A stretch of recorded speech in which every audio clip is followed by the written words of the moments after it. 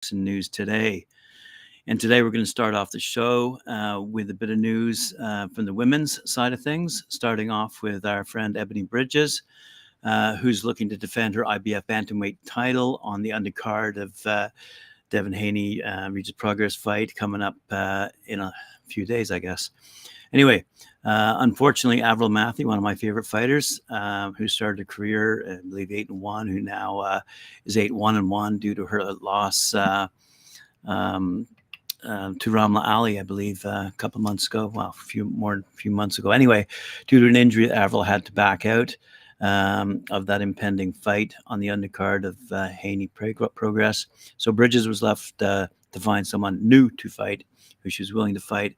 And it seems that former junior bantamweight champ Mio Yoshida out of Japan will be her opponent.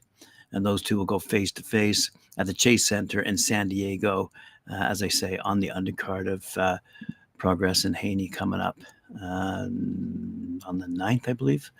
Anyway, the date's not important. The point of the matter is Ebanie Bridges has a new opponent. Speaking of down under, our friend Ebanie and both Avril are from Australia, but on the other, well, across the pond, small pond from Australia, New Zealand. Some news about Lanny Daniels. She's now a double world champion after winning her IBF light heavyweight title fight against Australian Desney Robinson in Whangarei last night. That would be 2 nights ago, I think. Daniels on a double bill main event with fellow New Zealand woman Mia Motu, who we have interviewed very many times here on Talkin Fight, was also successful. Also holds IBF World Heavyweight title as well. She was the first New Zealander to become a world champion across 2 boxing weight divisions. That's Daniels. I'm talking about the 35-year-old, close to the Mackay Stadium. Impressed earlier with her head movement and aggression against her Queensland opponent. But as this report goes, the tough and determined Robinson stayed in the fight throughout, which went the full distance, 10 rounds, with Daniels coming out on top by majority decision. So there you go. Miyamoto on her side of things, defending her IBO World Super Bantamweight title, won by a wide unanimous decision against an Indian opponent, Chandi Mehta. But the worried look in her corner, as the final bell suggested, Motu didn't have it all her own way. Mira is only 22 years old, but extremely decent amateur background. Was docked a point for holding the 9th and fought mainly on the back foot and scored freely against Motu. Afterwards, Motu said, "I knew Chandi was tough. She told me she was going to give me a fight, and she wanted it, and I respect her for that." So Motu, by the way, 33 with 5 children, if I'm not mistaken, improved her record to 18-0 after winning that world title down in Auckland in April, and then now be feeling in her camp. And she'll have to fight overseas for bigger and better challenges. Yes, without a doubt, we would agree with her managers and trainers on that level. I believe she's out of Peach Boxing. I could be wrong. Chloe Watson, a young fighter out of Britain, claimed the European flyweight title after a unanimous decision win over Justine Lillemond with scores of 96-94, 97-93, 97-93. And also that featured a heavyweight battle between Nathan Gorman, who suffered an upset points loss to Bodhan Marnets. Quick little recap of Chloe Watson. The 23-year-old is trained by former world champion Ricky Hatton and could target a world title shot after defeating Lillemond. Watson has told Sky Sports over in the UK her ultimate future opponent would be a major title fight with American world champion Senicia Estrada. Woo, that would be a doozy. All right. The saying goes, she said, train until your idols become your rivals. And that would be massive for me. We're not there yet, but it's definitely in my sights for sure. Good for Chloe, good for British boxing. And speaking of British boxing, I see that Lauren Parker won the EBU European Super Flyweight title by unanimous decision as well against Giuseppina Di Stefano. And that was a battle fought at York Hall in London, England, a few days ago as well. Congratulations to Lauren for her victory. Alrighty, let's move on to some of the men's boxing that took. Wow, there's quite a few fights to go over here. As we all saw on the weekend, Ryan Garcia debuted his new Mayweather-style defense and won his battle with Oscar Duarte. A really good fight indeed. Main event of Golden Boy Promotion card. Ryan Garcia basically defeated Duarte with an 8-round knockout en route to victory. Showed as a new wrinkle in his game, according to BoxNews24.com. During the course of the contest, which lasted 8 rounds, as I just said, there were moments in which Ryan Garcia looked extremely sharp with his offense. On the other hand, Garcia also had moments where he looked a little shaky on defense. But in the end, Garcia was able to post an impressive knockout victory. Very good for him indeed. But afterwards he goes something like Rolly Romero, he's got in his sights, Shakur Stevenson. So we'll see where he goes. It depends whether he can really move up a notch or two in divisions and continue his climb upwards after his defeat to Tank Davis a few months ago. Other impressive victories, and someone else who we have spoken of and interviewed on Talkin Fight, Floyd Schofield, scored impressive first-round technical knockout over his opponent on the weekend as well. Golden Boy's top prospect, Kid Austin, that's Floyd Schofield, made a statement when he stepped inside the squared circle and posted a first-round TKO over Ricardo Lopez at the Toyota Center over in Houston, Texas.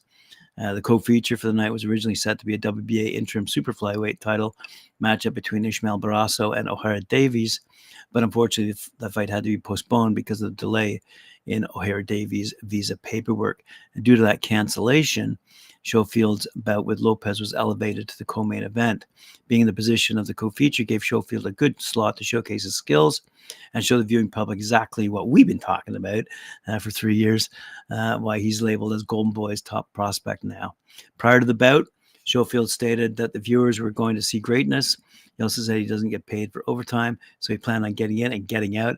His opponent, Ricardo Lopez, believed that because of his aggression and punching power, he would be Schofield's toughest test. For this fight, the upset-minded Lopez was brought in to test Schofield and give him intense competition, but things didn't quite play out on that particular way. The boxing fans who tuned in to see the co-feature were expecting to see a competitive fight, but instead of a fight, they witnessed a total annihilation. At the start of the opening round, Kid Austin came out throwing a fast jab. He proceeded to double up on the jab and then landed a big left hand. After using a few foot feints, Schofield landed another big left hand that sent Lopez down to the canvas. Lopez was able to get up, and then Kid Austin landed a 3-punch combo that sent his opponent down to the canvas a second time. A few seconds later, Kid Austin scored a third knockdown when he landed a 2-punch combination. And that would seal the deal when he then landed a flurry of shots, scored a 4th knockdown. The referee proceeded to immediately put a halt to the contest, and Schofield was declared the winner by way of first-round technical knockout. Fantastic stuff. He is now 16-0, 12 knockouts, speed, power, and a killer instinct. One to watch. All right, over in Japan, let's have a quick look here. We see that a good fight was happening between. Now, this is a fellow that has fought long and hard over in Mexico, but he returned to Japan a couple of years ago, talking about Shoki Sakai. But he barely kept his Japanese welterweight belt as he eked out a close but unanimous decision over fast-moving southpaw Cesar Minagawa, who's now 4-2. So young against a very cagey veteran in Sakai.